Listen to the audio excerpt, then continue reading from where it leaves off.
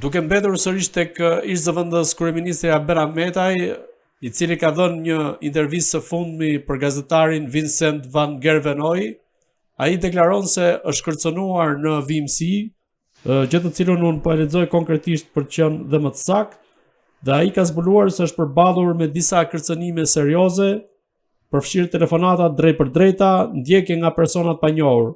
Ka marrë kërcënime personalisht. Së pari një telefonat direkte nga burgu, shumë e qartë, do të të vrasim, të shohim, kamrat kur parkon makinën, kur merr fëmijën.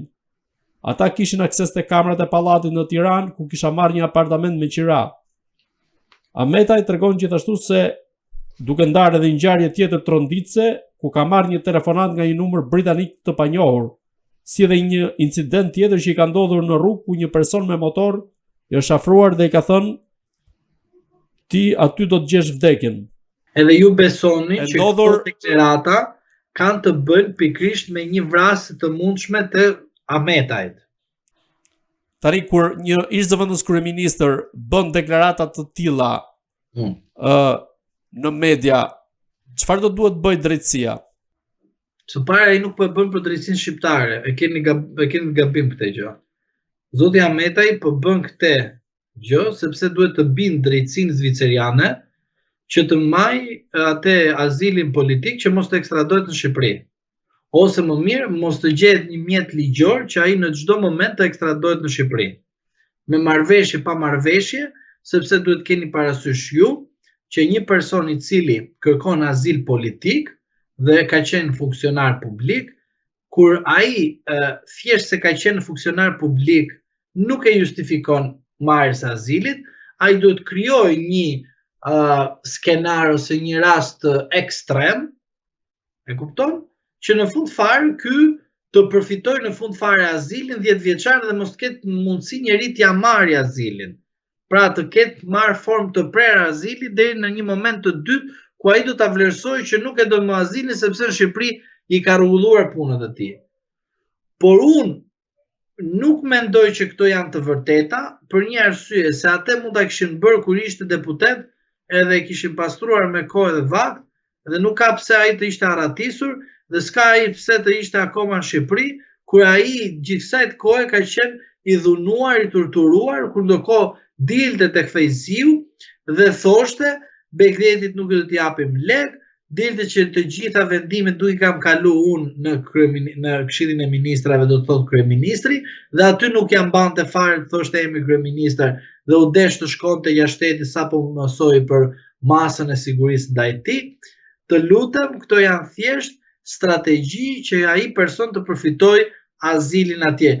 Jo që këto raste nuk ndodhin në Shqipëri, me numër amerikano, francez, kanadez të marrin, të kërcenojnë, të thëjnë këtë, të thëjnë atë, të bëjnë foto, të çojnë video, të çojnë çfarë dush ti, a kupton? Nuk jeq unë asgjë nga këto, por këto janë thjesht për të bindur autoritetet vendase që shikoni, unë në vërtet në Shqipëri kam një konflikt politik dhe jo juridik, por qeveria ime që kam qenë unë dikur, më ka bërë një luftë juridike për të më izoluar politikisht. Dhe prandaj janë këto deklarata. Dhe mos të harroni një fakt tjetër që unë e kapa nga pikpamja ligjore, të gjithë e morën sikur Dado kishte njëra e cila i bënte fotografi këtij. Çka kishin bërë këta të tmerrshmit? I kishin marrë një deklaratë asaj tek noteri dhe i kishte thënë u detyrova që të përgjoj dhe të ndjek deputetin pra Ahmetajin. Dhe këtë deklaratë, këta e kanë përdorur në komisionin e marrjes së azilit.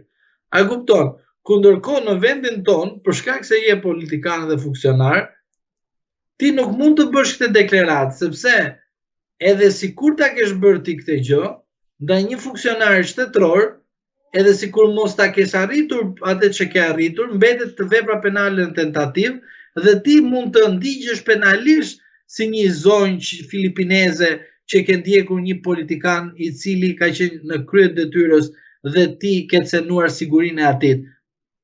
E kuptoni ku jemi tani? Bëjmë thjesht deklarata sa për të marrë një azil politik. Ku ishe motrim? Ku ishe mër djali mirë? Ku ishe mër yll që goja nga mjes deri në darkë te Fejziu shkoja atje dhe lançoje propagandën për tërmetin, për ato shtëpi të bukura që i ke bërë me Edi Ramën, me Partinë Socialiste, pa ato deklaratat e famshme që ne kemi pushtetin dhe do marrë mandatin e 4 e 3 me radhë. Ku je tani? Ku je? A i ke thënë atyre që janë aktualisht në Partinë Socialiste dhe me zorri në pushtet, sepse po ta dish të vërtetën, ata dun të ikin, po ka zënë halli se i manë Rama disa A4 në dorë dhe i thia tund. Ku është ky burr?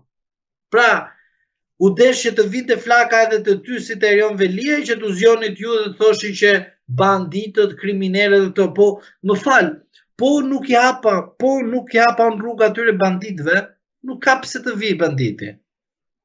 Po nuk i hapa unë biznesmenëve të më vinë rrugë nga mjes deri në darkë të drekoj unë me ata. Dubai, bardhi bashkë, nuk kemi shku. E ke pa një vitë në Dubai si ishte? Merzniku të tjerë dhe hanën e pinin, pa ishte ku? Nuk u fotografon të atere. Nuk u fotografon të atere. Dhe këto deklaratët që bën kë, i bën deklaratat për të bindur ata në Zvicër. Thjesht për na i thot ne që krimi, droga, orë zotri, në Shqipëri ekziston krimi, droga, intimidimi, të gjitha këto që thuaj ekzistojnë, nuk të heq asnjë fjalë. Po këto nuk mund t'i thuash pasi të ndodhin ngjarje ndaj teje. Pra, unë nuk mund të pranoj Kspakun sepse më pëlqen kur godet Erion Velin. Dhe nuk e kam bërë kur këtë gabim fatal. Si kanë bërë të tjerë që sot nuk e din si t'i lidhin dy fjalë se dalin keq në publik. Unë kam thënë nga dita e parë e kësaj reforme skandaloze, kam denoncuar aktin ndaj një politikan shqiptar dhe kam thënë kjo që keni bërë do ju marrë të gjithë përpara dhe i kam marrë. Dhe përveç kësaj, çfarë janë këto gjëra që bëhen në këtë vend? Pra na duhet të marrim azil politik ose na duhet na vi flaka tek ne dhe pastaj të themi që këtu ka kriminalitet dhe gjitha. Ka ekzistojnë, po këto i themi kur je në krye të detyrës dhe lufton për të luftuar këtë gjë, sepse nuk mund të pranoj unë si qytetar që ndaj një politikani bëjnë këto gjëra, po në një qytetar shqiptar që thjesht e marrin përpara. Prandaj këto thjesht ishin vetëm për Ahmetajn për të fituar azilin e qëndrueshëm politik në Zvicër. Dhe pyetja e fundit, duke qenë se Donald Trump së shpejti mund të rikthejë vëmendjen ndaj rajonit të Ballkanit dhe mund të godas politikanë të korruptuar, siç ishte edhe në rastin e Milorad Dodik, a mendoni se mund të ketë elemente të politikës të cilët mund të goditen nga ana e administratës së Donald Trump duke shpallur ata non grata, po ndërkohë nga ana tjetër a ka një qasje amerikane për ta ribërë reformën në drejtësi ose për ta përforcuar atë dhe mëtej? Reforma në drejtësi do të shkatrohet me dakordësim që do të vi nga klasa jonë politike pas 11 majit dhe në fillim të shtatorit, sepse klasa jonë politike është mësuar çdo herë që aty kur shkohet të bëhet diçka e re, aty shkatrohet gjithçka që ato kanë nisur nga e para dhe përsëri ne jemi ata të cilët do të paguajmë faturën.